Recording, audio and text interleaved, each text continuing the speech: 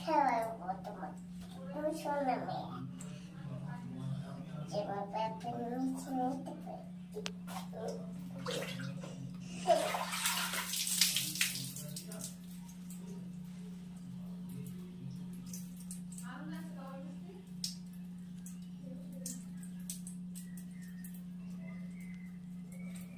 এই তুই কি করতে এসেছিস বাথরুমে? জামা পাবই। জামা কাপড়? হ্যাঁ। জামা কাপড় কি করবি? মাখবো। মাজবি? না, রাখবো।